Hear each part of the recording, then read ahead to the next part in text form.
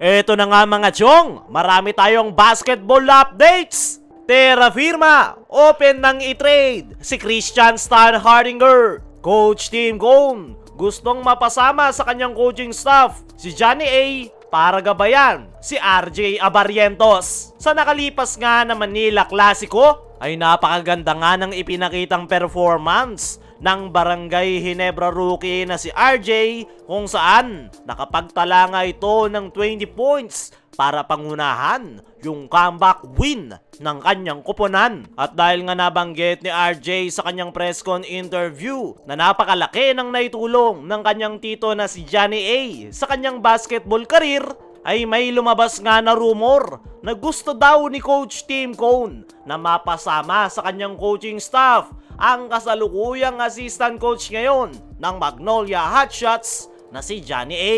Ang dahilan ay upang mas magabayan daw nito ang kanyang pamangkin na kasalukuyang naglalaro sa Barangay Ginebra na si RJ Abarrientos. At kung sakali, hypothetically, ay mapunta talaga ng Ginebra itong si Johnny A bilang parte ng coaching staff ng Ginebra, ay paniguradong malaki ang may tutulong nito para mas ma-develop pa itong si RJ Abarrientos. Dahil si Johnny A nga yung pinaka nakakakilala kay RJ dahil simula pagkabata ay siya na ang naggabay sa nasabing Ginebra rookie. At parang anak na nga rin ang turing niya sa kanyang pamangkin. At the same time, may pagkakahalintulad talaga sila ng laro. Kaya naman, napakalaki ng may tutulong nitong si Johnny A para mas mai-develop pa yung laro nitong si RJ Abarrientos at may excel pa yung kanyang laro para sa Barangay Ginebra.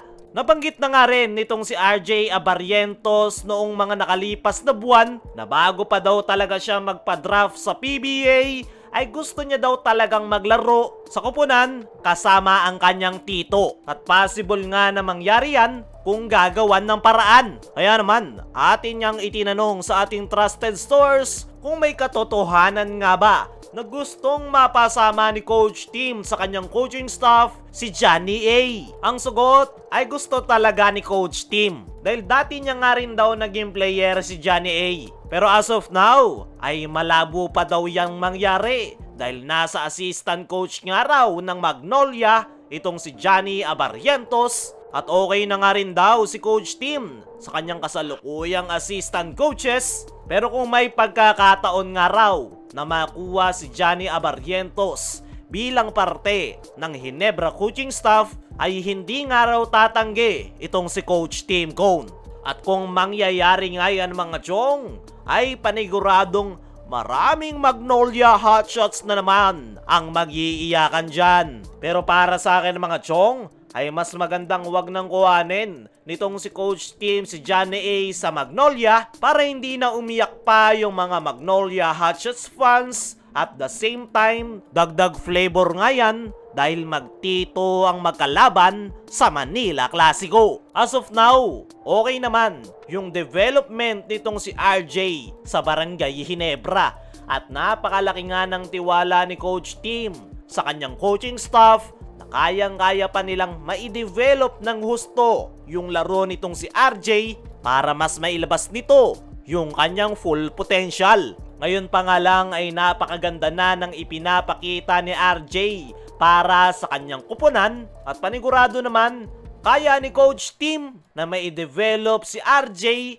gaya ng ginawa niya noon kay Johnny Abarrientos. Kaya naniniwala ako mga chong na nasa mabuting lagay itong si RJ Abarrientos sa Barangay Ginebra. Dumako naman tayo dito sa kabilang balita. Terra Firma, open ng i-trade si Christian Stan Hardinger. Sa inilabas nga na article ng Spin.ph ay sinasabing Terra Firma willing to listen trade offers for Stan Hardinger. Ibig sabihin nga niyan mga chong ay handa ng pakawalan ng Terra Firma si Stan kapag merong koponan na nakipag-trade para sa nasabing big man. Ayon nga sa kanilang team governor na si Bobby Rosales, ay all option naman daw ay open sa table. Kaya kapag may nag-offer raw kay Stan ay kanilang haharangin dahil hawak pa rin nila ang rights ng nasabing big man. Kung matatandaan nyo mga chong, nitong mga nakalipas na buwan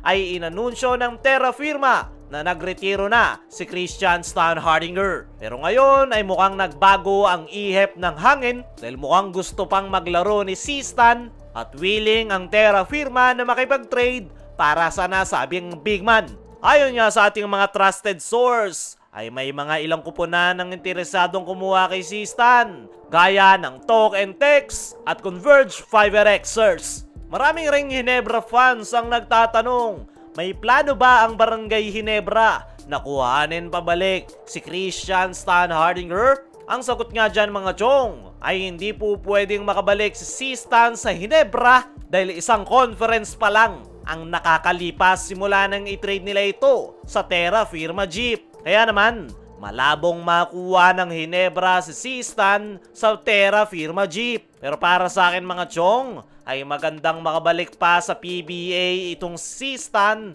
dahil sayang nga yung kanyang talent dahil kayang-kaya pa naman talaga nitong makipagsabayan. Actually, isa nga siya sa pinaka-reliable big man sa PBA. Kaya mga chong, ano ang masasabi nyo? Ngayong open na ang Terra Firma na i-trade si Stan. Ano rin yung masasabi nyo patungkol sa kumakalat na balitang dalawang abaryentos sa Barangay Hinebra?